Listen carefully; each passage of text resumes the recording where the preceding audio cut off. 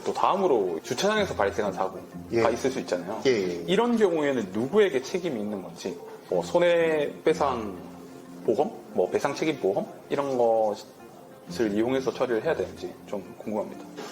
여러 가지 경우가 있겠죠. 예를 들면은 근데 이게 문제가 네네. 주차장에서 나는 사고가 이제 손해배상 청구하시는 분의 그 차에 대해서 나는 사고가 다른 차로 인한 경우는 당연히 뭐 업주가 책임질 필요는 없는데 그 주차장을 관리를 잘 못해서 보통의 경우에 있을 수가 없는 구멍이라든지 뭐 뾰족하게 나온 부분이든지 이런 부분 때문에 사고가 났으면 그건 업주가 책임져야 될 수도 있어요. 예.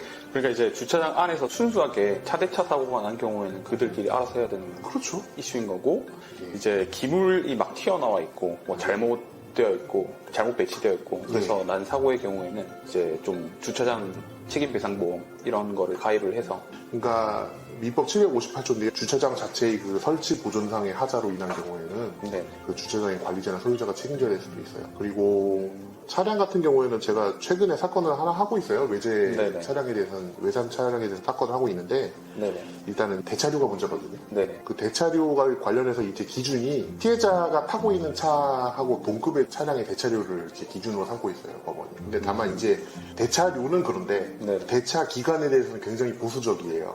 그래서 타고 다닐 만한 차면은 그러니까 네. 좀 이제 거의 뭐 전파나 완파되는데 뭐 솔직히 대표님께서 말씀하시는 그 주차장에 관련된 사고는 전파나 완파 같은 경우는 없겠죠. 아마 살짝 없겠죠. 죽은 거나 뭐 그런 경우일 텐데 그런 경우는 딱 그 수리하는데 필요한 기간 3일 또는 8일 제가 하급시 판례를 봤을 때 3일 또는 8일 정도였거든요. 네. 이 기간 동안에 수리비만 청구 가능할 겁니다. 그러면은 보통은 모텔 같은 데 가면 발레 파킹을 해주잖아요. 아, 근데 대신 예, 발레 예. 파킹을 해주는 경우 예.